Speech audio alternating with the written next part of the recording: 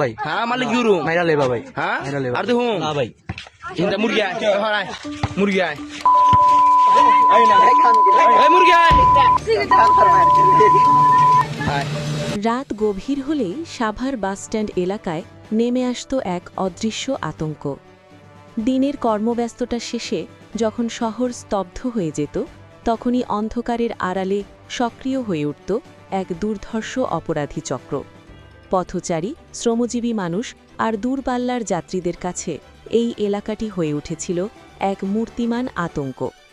ছিনতাই, মাদক আর ধারালো অস্ত্রের মুখে এক নীরব সন্ত্রাসের রাজত্ব কায়েম করেছিল তারা। ভয়ে মুখ খুলতে সাহস পেতেন না সাধারণ মানুষ। কিন্তু 25শে ফেব্রুয়ারি 2026, সময় তখন রাত 1:45।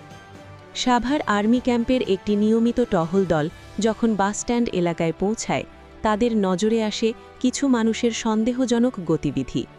দেখা যায় একদল ছিনতাইকারী ঘিরে ধরেছে অসহায় কিছু পথচারীকে। মুহূর্ত হারাননি সেনা সদস্যরা। দ্রুত ও কৌশলগত অবস্থান নিয়ে তারা শুরু করেন ধাওয়া।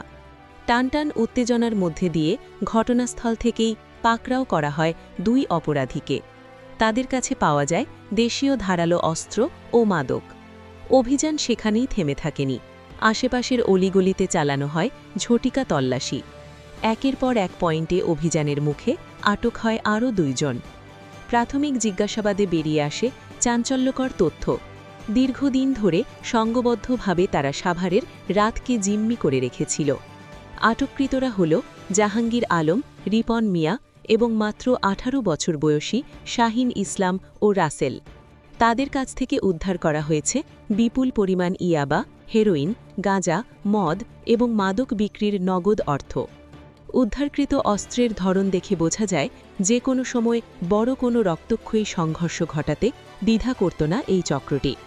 সেনাবাহিনীর এই সময়োচিত পদক্ষেপ ও সাহসিকতায় সাভারের সাধারণ মানুষের মনে ফিরে এসেছে স্বস্তি। স্থানীয় বাসিন্দারা কৃতজ্ঞতা প্রকাশ করেছেন এই অভিযানের জন্য। আটককৃতদের এবং উদ্ধারকৃত আলামত আইনানুগ ব্যবস্থা গ্রহণের জন্য সাভার থানায় হস্তান্তর করা হয়েছে। জননিরাপত্তা নিশ্চিত করতে এবং অপরাধীদের শিকড় উপড়ে ফেলতে বাংলাদেশ সেনাবাহিনী সর্বদা বদ্ধপরিকর। সাধারণ মানুষের শান্তিতে ঘুমানোর নিশ্চয়তা দিতে এ ধরনের অভিযান অব্যাহত থাকবে আগামীতেও।